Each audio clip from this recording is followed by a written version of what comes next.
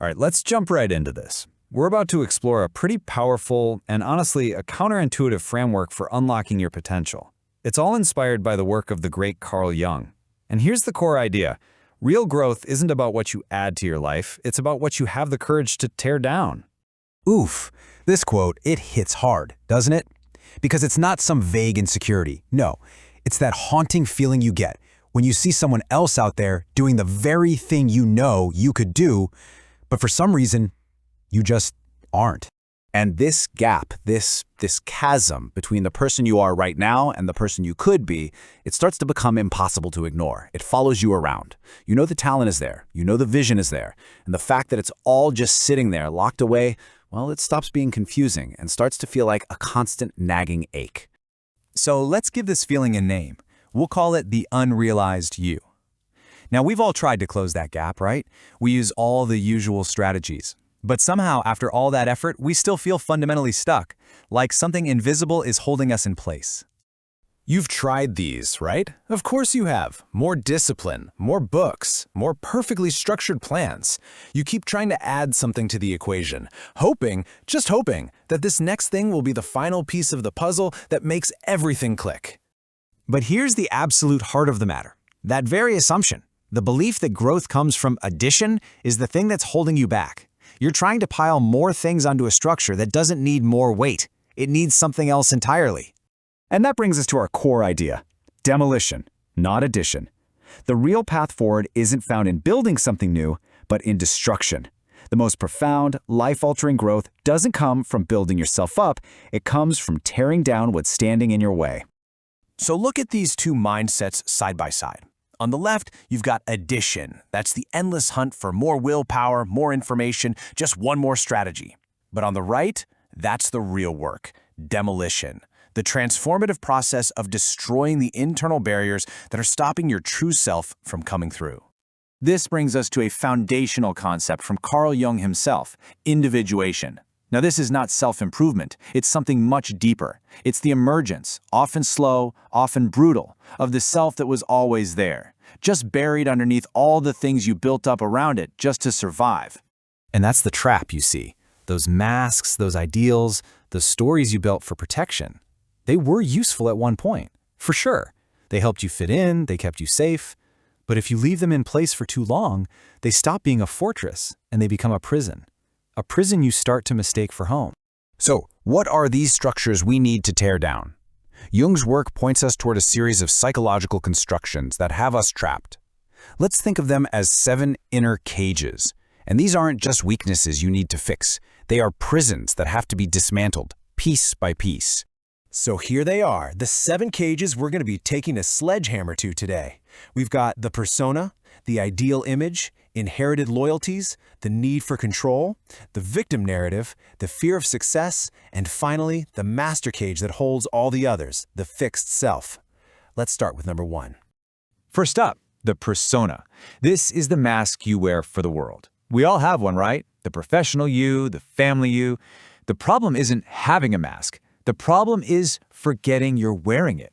And the dead giveaway that your mask has basically fused to your face, it's this feeling. It's not the good kind of tired you get from hard work. It's that deep, soul-crushing exhaustion that comes from constant performance, from waking up every single morning and calculating who you need to be today. So the first act of demolition starts with this terrifyingly simple question. Who are you when there's no audience? When there's no one around to impress and no one's opinion is on the line, who is left? What do you actually want? Next up, we have to kill the ideal image. And listen, this isn't a healthy goal. This is a tyrannical, impossibly perfect fantasy of the person you think you should have become by now. This contrast here says it all. On the left, a healthy aspiration is a force that pulls you forward. It creates movement. But that idealized image on the right, it doesn't inspire you. It holds you in contempt for not already being perfect. And it doesn't create action, it creates shame and total paralysis. Let's move on to our third cage, inherited loyalties. These are the unspoken rules, the invisible ceilings that you absorb from your family, probably without ever realizing it. They are operating just beneath the surface of your conscious mind. There's this unconscious fear that if you actually surpass your family's limits, whether that's in success or happiness or freedom, that you're somehow abandoning them. But what if we reframe that? What if moving beyond their script isn't a betrayal at all, but actually the completion of something they just couldn't finish? Cage number 4 is the ego's desperate, suffocating need for control. This is that belief that you have to map out every single possibility, account for every variable before you're allowed to take action. And let's just be crystal clear about this. Endless planning is not productive. It's fear. It's your ego's way of protecting your hypothetical potential from the very real judgment of a real-world result. It's action that makes you ready, not more planning. Now, for cage number 5, the victim narrative. This one is so tricky. It starts with a real injustice, something that genuinely happened. But then a story forms around it. This happened to me. And if we're not careful, that story hardens. It calcifies into an entire identity. This is why I cannot. And in that trade, we give away all of our power just to be free from blame. This leads us right into the 6th, and maybe the most paradoxical cage of all, the fear of success. I know, it sounds crazy, but think about it this way. Being mediocre is safe, it's forgettable. But greatness? Greatness makes you visible, and being visible makes you a target for criticism, for judgment. And some deep part of us would rather stay invisible than risk that kind of exposure. And that brings us to the final and most fundamental cage, the fixed self. This is the grand illusion that there is some stable, permanent you that must be protected at all costs. But as Jung argued, the self isn't a thing you find, like some destination on a map. It's a process. It's a direction you're constantly moving in. Think about it. You've already been multiple different people in your life. That necessary change that feels like death to the ego, it isn't death. It's just transformation. So, what happens after all this demolition? What happens when you finally kill the persona, the ideal, the old loyalties, the need for control, the victim story, the fear, and the fiction of a fixed self? What Jung understood, and what so much of modern psychology has tried to soften, is that the true self, the organizing principle of your entire psyche, it doesn't just politely show up one day. It erupts. It breaks through the rubble.